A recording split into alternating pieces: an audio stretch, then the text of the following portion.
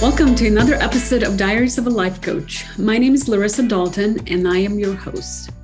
This podcast documents my journey of building a life coaching business, where I talk about the steps I took to create my company, build my clientele, my coaching experiences, discoveries, and transformations. I am, however, so thrilled and excited to introduce my guest today, Hailey Curtis. Hailey is a life coach for dog lovers and specializes in self-care and transformation. Hailey, welcome to this podcast. Please tell us a little bit more about yourself before we get started.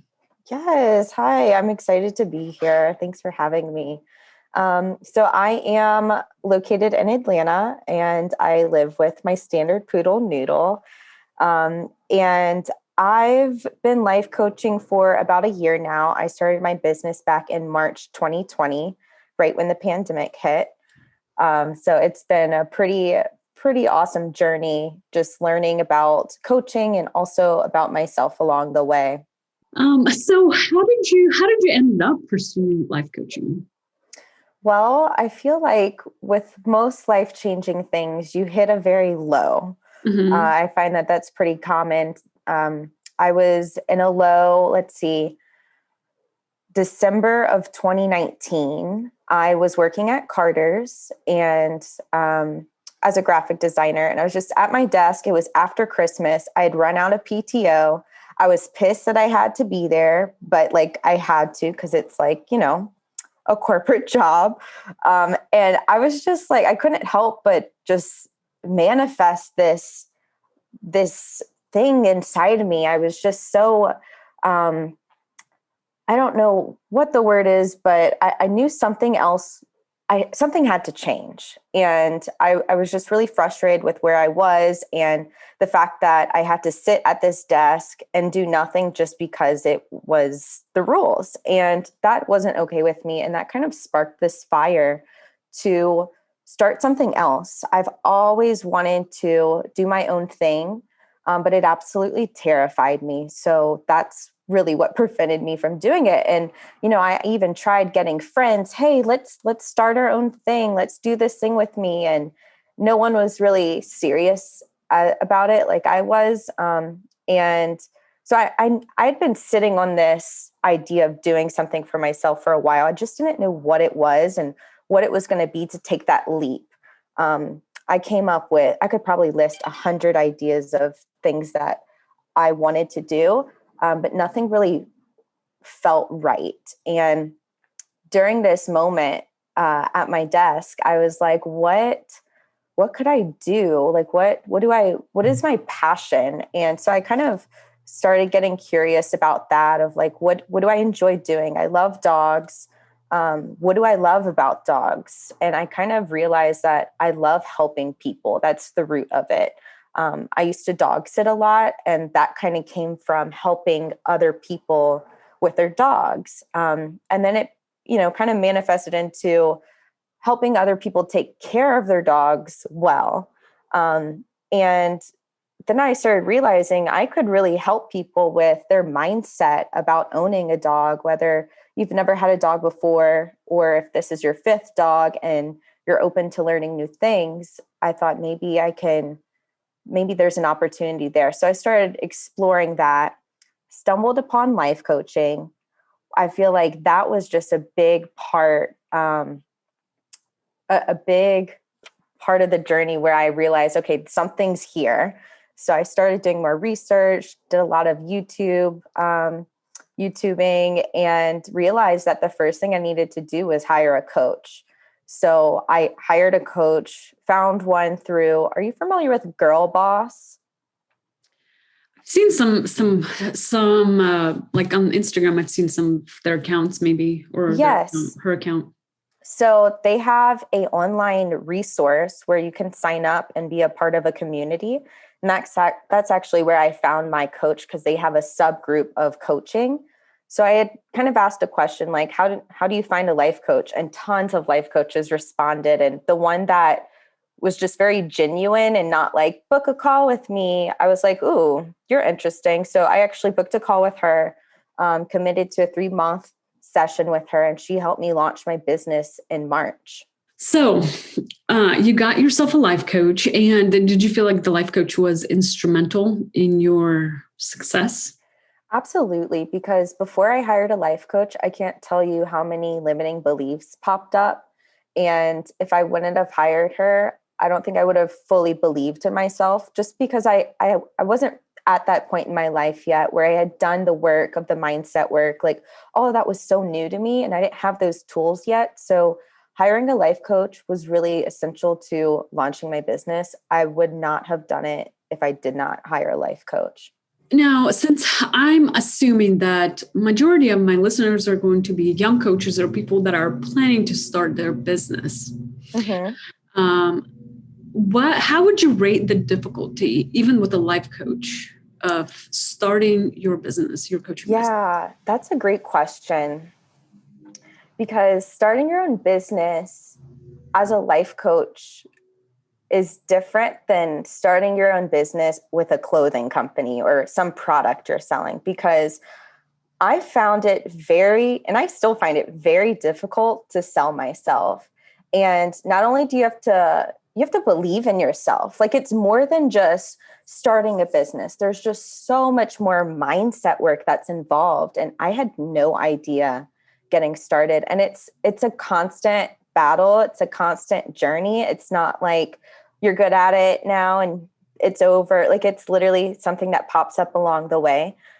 So because of that, I'd say it's very difficult. It's super challenging, but extremely rewarding, because when I look back on my year of everything that I've done, the growth that has happened, I'm really proud of that. And in the moment, it's so hard to acknowledge it and be grateful for that.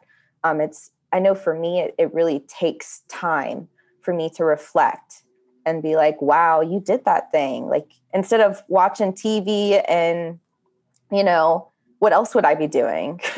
Yeah. And I think that's an amazing point that I want to kind of focus on for a second. If you have some kind of product, you sell it. But as a life coach, you really have to believe in yourself first. Then you have to believe in the product, which is the coaching. Right. And then you also have to believe in your client, that the client is capable and willing to make the change. Right. So there's like a tremendous amount of mind work, like you said, Yeah, that goes into it. absolutely. So if coaches are going through certification process, Mm-hmm. or sometimes they don't go through certification process, then what would your advice be to them in preparation of launching their coaching business? What should they focus on? Yeah, I think it's very important to have a coach, if not multiple coaches, because you can have a business coach, you can have like a personal self-love coach, self-care coach, which is what I specialize in. You can have, even a spiritual coach. There are just so many different types of coaches. So I would recommend being coached consistently along your journey is more valuable and more important than being certified. I highly recommend being certified, because there's no way I would have learned that on my own or through YouTube. I have certain tools that I didn't have before because I'm now certified. But if that's not something you're able to afford immediately, that's okay. You can learn through coaching. You can experience coaching and know how to coach through that. So I would highly recommend getting a coach, and not really, having a coach the entire time, because when I look back on the times I didn't have a coach, nothing changed. Like I said, I was going to coach myself. I can do it on my own, but I didn't. It's different. The accountability is different. The support goes a long way. And like the co-creation too is so valuable, having someone else to bounce your ideas off of and validate you. I found that to be so helpful. Yeah, you have like the synergy, and you have two people. Yeah, And even though you're the one that's doing the work and you're the one that's kind of leading the way for yourself, you still have that tremendous support, and you feel like you're heard and understood, and bouncing off ideas, maybe exploring your blind spots if there are any. Yeah. exactly. A great point, great advice too. Okay, awesome. So, tell me a little bit about self-love. What does that mean to you, or how, and what does that mean to you, and what is your approach to self-love? Yeah. My understanding of self-love has evolved so much. It evolves every day. It's like I said earlier with coaching, like it's not a quick fix. It's something that you're constantly working on. I remember when I was in that low of December 2019, I was struggling to love myself, and I really wanted to. I just didn't know how. I understood the concept of self-care and take a bubble bath and eat chocolate and all of this. I was like, that sounds superficial. Like I can do those things today and then nothing changes. So like where's the change? Like where am I going to actually feel like I love myself? So I just kind of started doing different things that were very specific to me. I'm not going to give advice on how you personally can go and love yourself. It's something you really need to reflect on and get to know yourself, because I think that's where it started for me, was getting to know myself, spending time alone, being comfortable with that, putting my mental health and physical health first. I started working out every day. I started being very conscious of the food I was putting in my body. No diets, a lifestyle diet change of like just eat healthy for your body. If you're craving a cookie, go and treat yourself every once in a while. So I made it very important to put my mental health and physical health first. And it's still something I do today. And it's something like I can love on myself and be proud of at the end of the day. So certain things like that. And I realized that I get a lot from being in nature. And so I started going out in nature more and treating myself to those moments. And to me, that's like what self-love is. It's knowing yourself, knowing what you love, and treating yourself to those things either every day or as much as you can when you think about it. Yeah, that's amazing. I love that you basically, well, the way I understood it is that it's almost like you kind of discover what it means to love yourself. Yeah. So it's Yeah. a And discovery process. yes, a discovery process, and there's no formula. There's no There's no like, do this, this, and this, and then you'll love yourself one day. Yeah. Because I mean, like to me, when somebody says self-love, I also think about, bubble baths and chocolates. Mm-hmm. But I also think, like you, that it's a bit superficial. Mm-hmm. Now, what do you think about, is there a room for discipline in self-love? Absolutely. I'm glad you brought that up, because that's a big part of mental health and taking care of your mental health and your mind. Yes, discipline can come in form of limiting beliefs, and it can come in form of setting boundaries.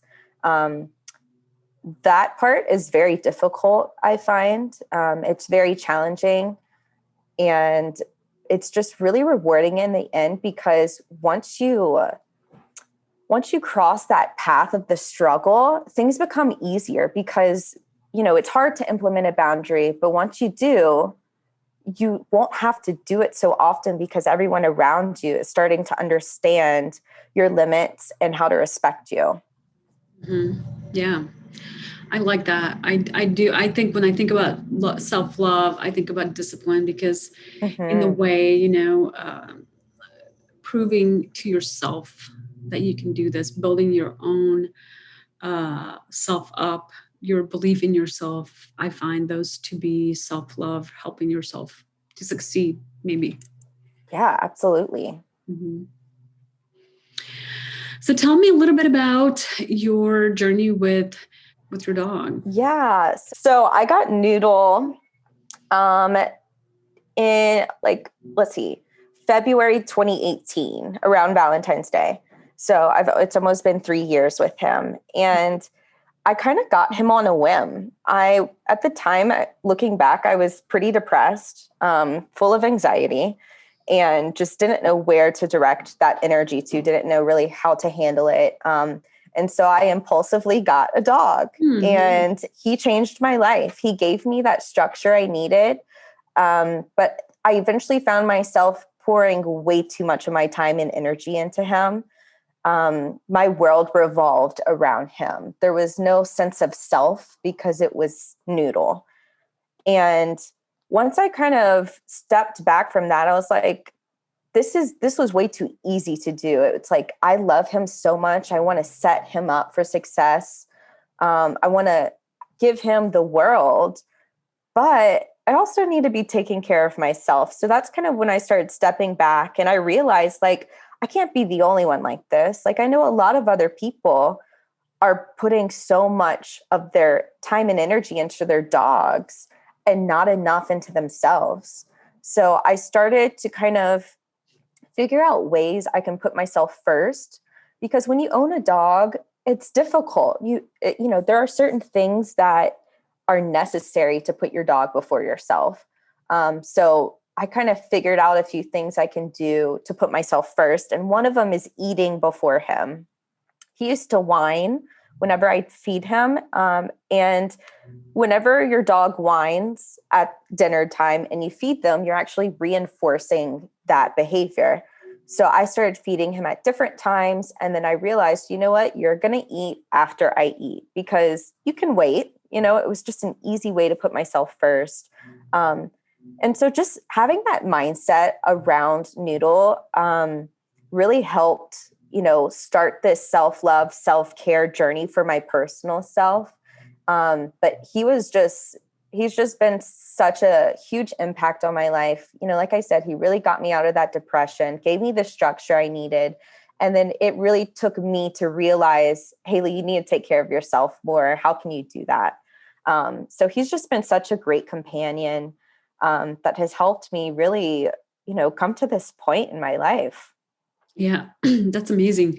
Yeah, I read somewhere, I've read in multiple sources that dogs tend to add 10 years of life because the love that they give and helps you be more loving, but in your case, help you get through depression.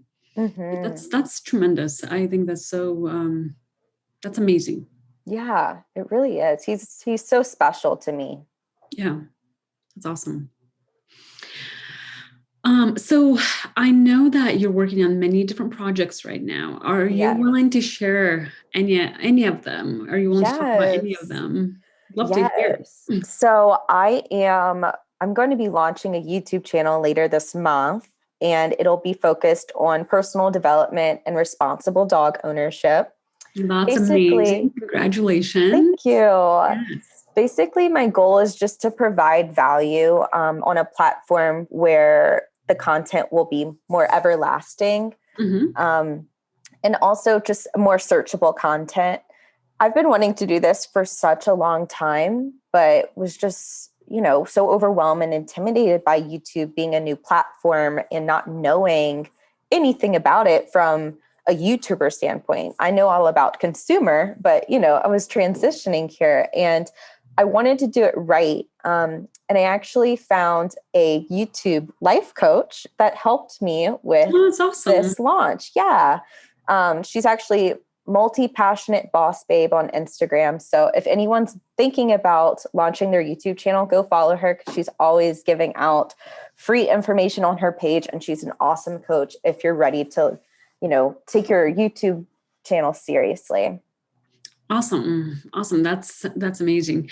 So for a new coach, how would you recommend they add new ventures into their practice? That's a great question. I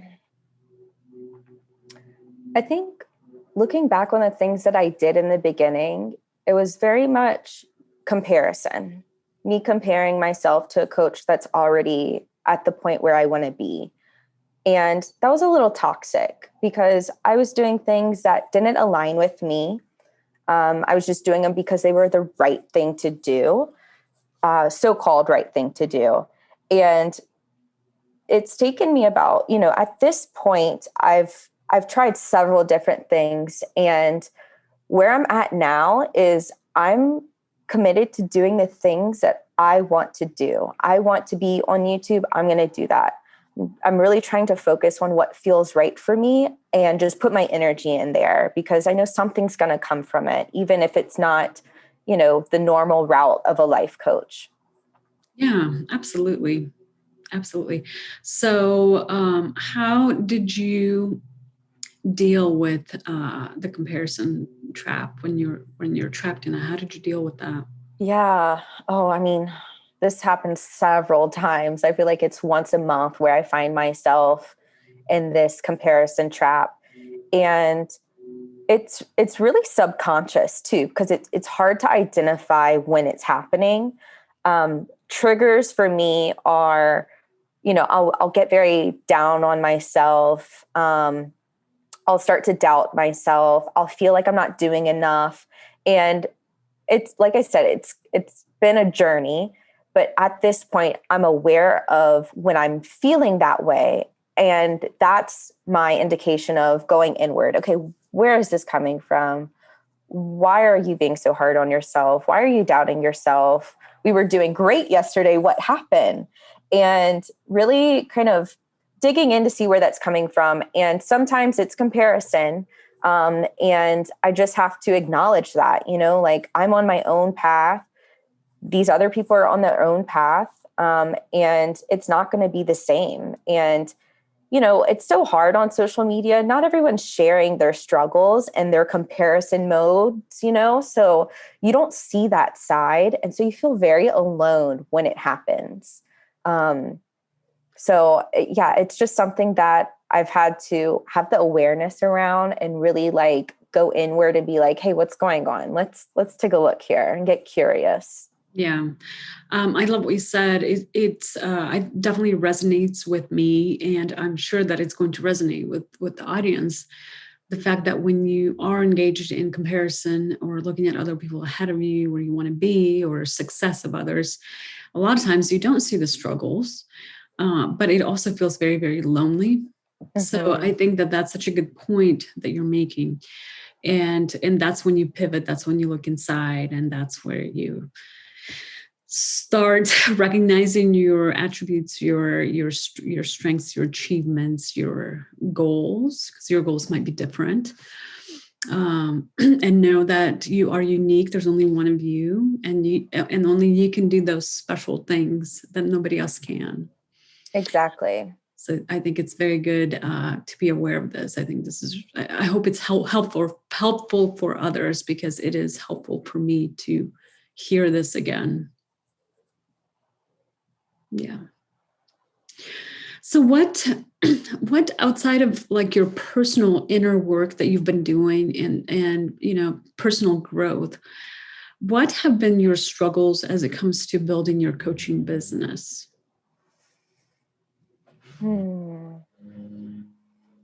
That you're willing to share? Yeah, I'm trying to think of, because there's been a lot of struggles.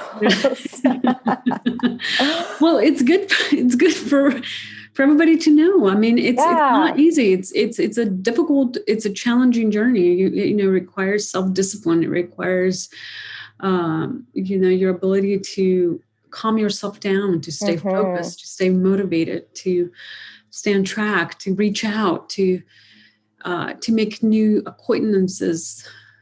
There's just a lot. There's so much. Yeah. There really is. I'd say the thing I struggle with the most is self-doubt. I know in the very beginning of starting my coaching business, I struggled with worthiness of like, who am I to help someone out like this? And over time, the more I started coaching, the more I realized my worth as a coach. Mm-hmm. And that really helped me, with that aspect of being worthy. So it's not something I struggle with anymore, but it's definitely something that was huge in the beginning of like this imposter syndrome of like, who am I? Like, I just want to do this. I want to help people. Why should someone trust me?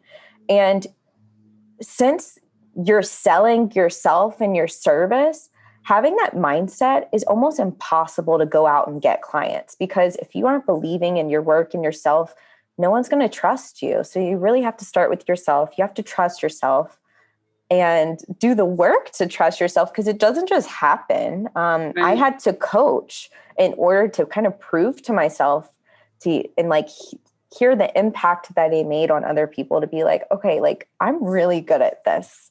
And so once I was able to step into that kind of power, I think that's where, it really benefited me as a coach.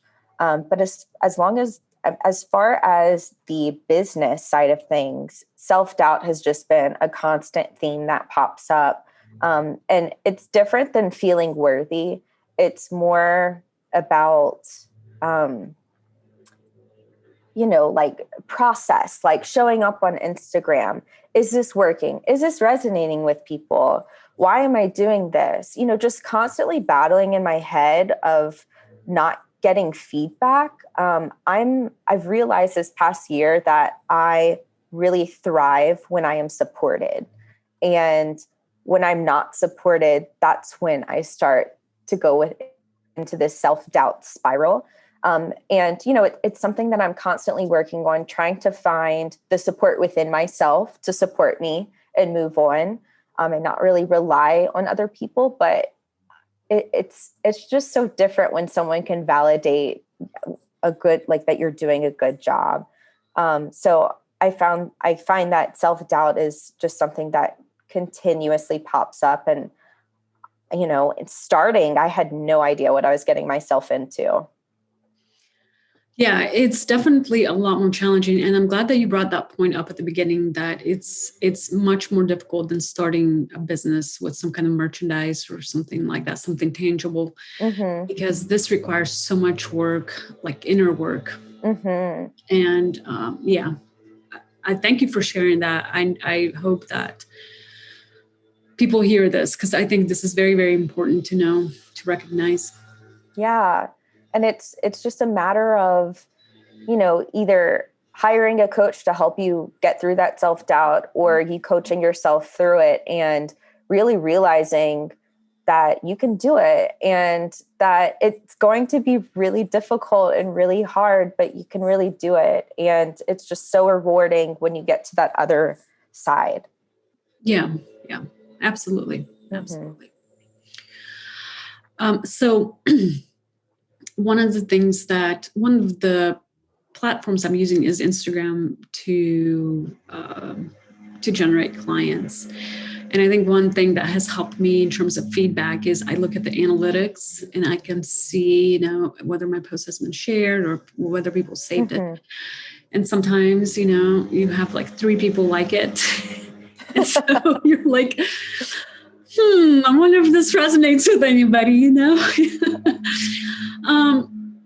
But then sometimes you look at the analytics and you're like, oh, wow, actually, so many people shared it with each other or saved it. And that kind of spurs things up a little bit for you, give you a little bit of courage to, okay, let's not delete this post, But yeah, that is a challenge. I mean, all the feedback, if you're not getting direct feedback, you definitely start questioning if you're resonating, if people are hearing you, if you should be continuing doing this. Yeah.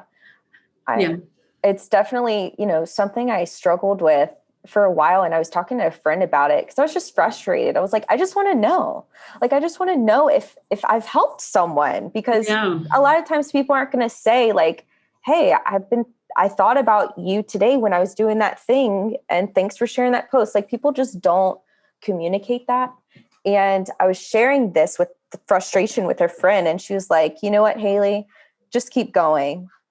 And it was so simple, but it really stuck with me, because it was like, she's right. I just have to keep going, because it doesn't matter if I know someone is changing, like if I've changed someone's perspective, like I'm sure I have, there's just no way I haven't. Even if it's one person, I know that it has happened, and I just have to keep going, because I could impact more people.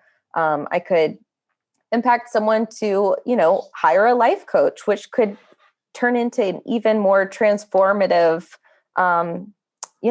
thing. So it's just, it's about that self-doubt and just kind of talking it through with other people and, being validated of like, hey, just keep going. Yeah, absolutely. Are you engaged in any other networking activity?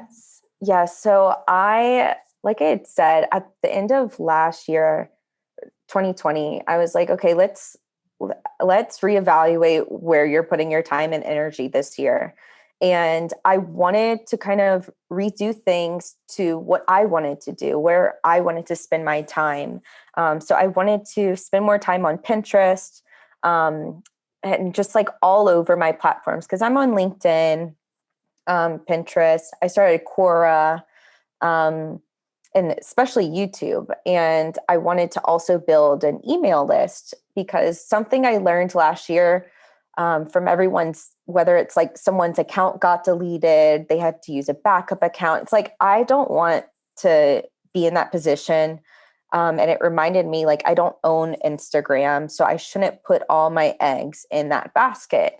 So this year I'm working on kind of dispersing where I'm putting my energy and just seeing what comes back from it. I'm also on this app called Long Walks. I'm actually an ambassador for them. Hmm. And it's just like a daily journal prompt. And it just makes you feel good. It's an app based on kindness. They have daily journal prompts. You can interact with other people and support one another. And it's just, I've met some really amazing people through that app, and it's given me something in exchange. So even though I may not be like saying like, hey y'all, I'm a life coach on there, I'm just existing on that app as a life coach. And it really is fulfilling for me personally. Yeah. So are you on Clubhouse? I am on Clubhouse. I have not participated much. Mm-hmm. And, I think I can't decide if this is a limiting belief or if it's just like a comparison mode thing. But I just like, it intimidates me. I feel like you have to be in the right position to like join a club, because you have to be able to listen. And you have to be able to respond if you're in the club and able to talk. And like that intimidates me. So, I think there's a little bit of limiting beliefs popping up of what I'm justifying of why I'm not actively on there. But at the same time, like I'm an introvert, and like it's kind of public speaking in a way. And that just makes me uncomfortable. And I don't know if it's really something that aligns well with me. Maybe like Quora would be a better outlet for my, creativity and expression. I have nothing against Clubhouse, but everyone's doing it. So am I comparing myself and setting myself up for like, hey, you got to get on there because everyone's doing it? Or does it just not align with who I am and how I want to share my, value? Yeah. Yeah. Well, it could be either or, right? Yeah, it could be. I've been trying to figure it out since it launched. One thing I can say that from what you've said is that, I don't know how it's different from you coaching somebody, right? Mm-hmm. So I definitely think your skill to do that. People have all kinds of issues that they come and they ask all kinds of questions, mindset, self-love, all these things. I mean, all these things, everybody deals with that. So I don't see how that's different from coaching. So I definitely think you could absolutely do it. Yeah. And plus you don't see anybody, which is great. Yeah. There's no visual. But it is a very interesting platform. And tonight, actually, I'm going to be like participating for the first time on there. Fun. And very curious and excited at the same time to see what comes out of it, Right. But, I'm all about pushing my limits these days. Yes. And so far, I've enjoyed doing that tremendously. I love just doing different things. But also recently, because I am on an Instagram platform, that's kind of my main platform. But like you, I'm realizing people keep posting about, closed accounts or deleted accounts or, whatever. And so I've been engaging with people with different communities. I've been meeting different coaches, focusing on collaborating a little bit more. I'm finding that it's giving me a lot more exposure into the coaching business. But also I'm learning so much just, by talking to you today, Yeah. the way you frame certain things, like it totally brought clarity to me and hopefully to the audience as well. So that's one avenue that I'm pursuing. The clubhouse, I'm interested to see what happens there, because I heard many people say that they were able to create these communities and completely just exchange information. I'm looking at volunteering, doing some volunteer coaching. And it's kind of twofold. It's just to kind of better my coaching skill, because it is newly acquired a skill that I need to polish and develop. And so I'm doing some coaching volunteering and also being very vocal that I'm a coach. And as you understand, like the identity of becoming a coach, Yes. to let go of the corporate, and now this is who you are. And so I had a little bit of a challenge coming out and saying, hey, I'm a coach now. I am no longer working for a corporation. I am my own boss. I am a coach. I can help you. So I've been working on that as well. And but yeah, so I've been looking at different avenues as well, just to kind of create different circles and different communities and be part of that, and hopefully in the future contribute. Yeah, that's great. And I think this podcast is a great way to connect with other people too. Yeah, I really hope it's helpful. Because for me, going through this process, my husband is self-employed, so I get a lot of like the business help from him. He can help me do this and with website and Google, like all the logistical stuff. Mm-hmm. But from like a coaching perspective, like having confidence, like the three things we talked about, having confidence in yourself, the coaching, and your clients, that's something that I'm building. But at first I needed to learn about it. So I had to hear it from other coaches or from other people or from other sources, and so, yeah, so I hope that whoever's listening, learns about these things and focuses on them, and hopefully expands their horizon and awareness that these things are, happening, are real. So, right. So if somebody wanted to get in touch with you, how could they get in touch with you and work with you and maybe look at or sign up for your YouTube channel? Yeah. So my website is haileycurtis.com. All of my social media is I am Hailey Curtis. But I'd say if you wanted to get in touch with me, you could email me, go through my website. You could also send me a DM on Instagram. I am Hailey Curtis. And my YouTube is just Hailey Curtis. Another question. Sorry. Are you still doing graphic design? I am. So I actually launched a graphic design agency that focuses on branding through social media. So basically, we help companies streamline branding on Instagram, Facebook, LinkedIn, Twitter, YouTube, and just making sure that, that logo is consistent. Their images with copy are branded. I see so many people posting different colors and fonts, and it's really important to stick with, a certain look and feel to help resonate with your customer.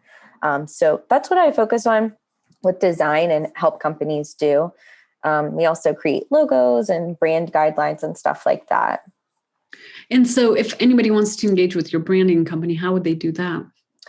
They can go to designbagency.com or send me an email at hailey@designbagency.com. Perfect. Well, thank you so much. It was a pleasure, truly a pleasure getting to know you and hearing, your perspectives on some of these important issues. So thank you so much for being here. Of course. Thanks for the opportunity. Have any questions about today's episode? Just head over to my website, larissadalton.com/contact-info and send in your request, or simply email me at larissadalton10@gmail.com. You can find my podcasts wherever podcasts are found. If you would like me to cover a specific topic, also submit that request via website or my email. Connect with me on Instagram at Larissa_Dalton or book a complimentary session with me at larissadalton.com/coaching. Thank you again for joining me today, and I hope to see you next time.